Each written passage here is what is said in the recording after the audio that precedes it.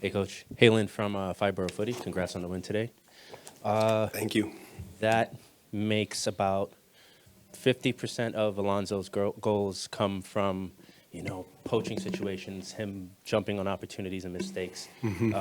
How is it that he could possibly be put into more situations like that?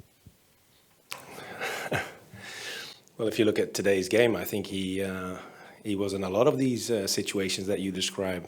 And one of our principles is forcing mistakes on opponents by the intensity that we play in possession and out of possession. And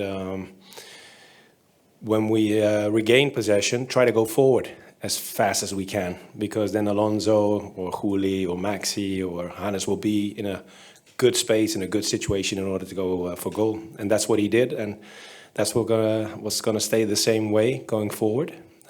I'm really happy for Alonso missing a few chances in the previous games that he got it in the back of the net.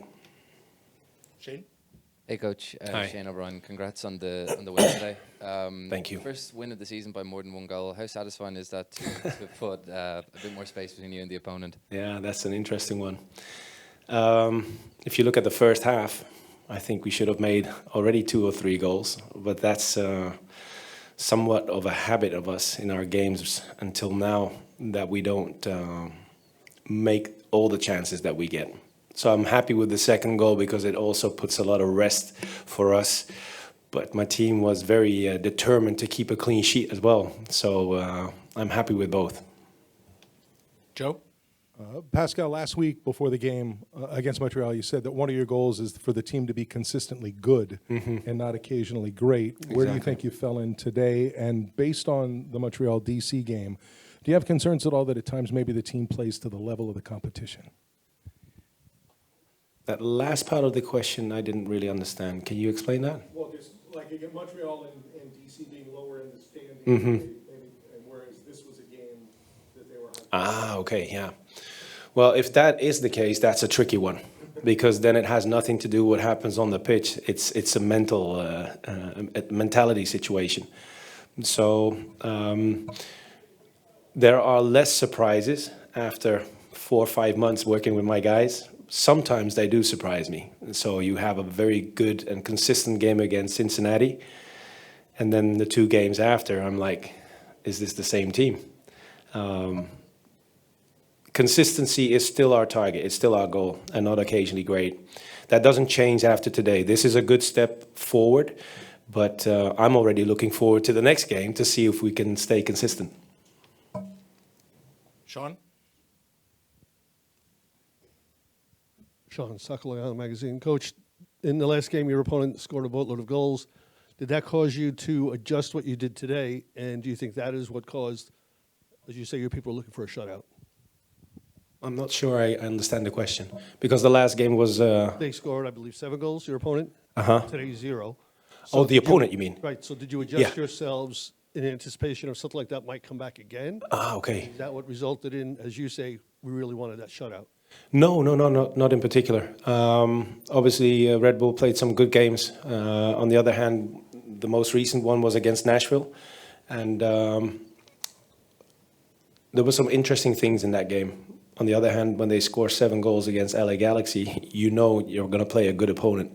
So you have to be at the top of your game. And for large phases, big phases in this game, we were on top of our game, offensively, but also defensively. And that's what gets you the win. We're going to go Halon and then Andrew. Hey, Coach. So sometimes late in the game, you sub in Monsef, and it seems to shift a little bit into a 2-striker formation, if I'm not mistaken. Is there any chance that you might, toy with the idea of starting in that type of shape? Well, Monsef came on today as a sub for the right side. Hannes went off, and Agu went to the left, and Monsef is fully aware of his situation, and he can help the team on the wing, especially also in type of matches that we played today. Playing with 2 strikers up front is somewhat of an idea that I have in the back of my mind, but I always want to keep Maxi Morales in his strength, because he is by far our most progressive and creative player creating chances. And so we have to keep him in the areas where he can be as dangerous as can be. So Munsef will help us wherever the team needs him. Andrew? Hi, I'm Andrew Lee with Hudson River Blue. I had a question kind of about the central midfield in that you've been playing without Keaton Parks for a couple games, and today Aiden O'Neill went the full 90 after only his third appearance with you guys since joining. Justin Hack's also kind of, I mean, he's been playing center back, but he's also been stepping up into the midfield during the games in sort of a fluid role kind of, and got an assist on Alonso's opening goal while helping break up that play in midfield with Forsberg. So I guess, how do you assess how you guys have sort of handled Keaton's absence, and how do you make sort of, what do you make of O'Neill's early, well, this was his first full game performance now in the midfield with you? Yeah, interesting. Yeah, the situation you described with Justin is just one of our fluid movements in getting an overload in the central part of the pitch. And Justin reads the game really well. So we chat about these situations quite often. We use video, of course, in order to make him more aware and more understanding. It's about timing and recognition, and he does really well in adapting to what I'm asking from him in that role.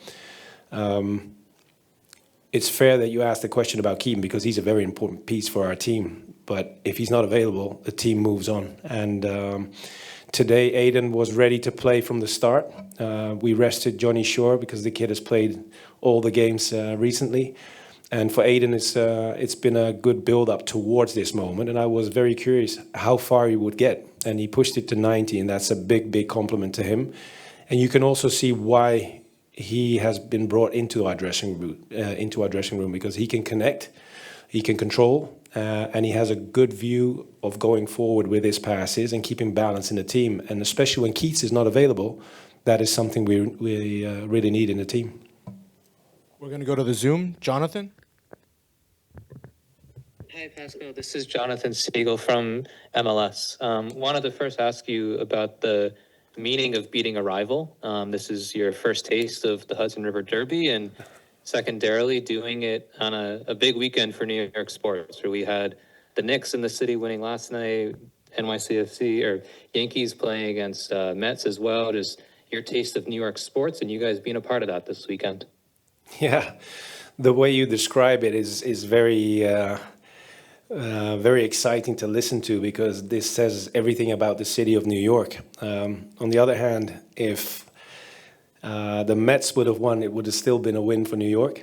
If Red Bull would have beaten us today, it would have been a win for New York still. So I'm still trying to understand it all, but very excited for the club to be part of a successful weekend like you described just now.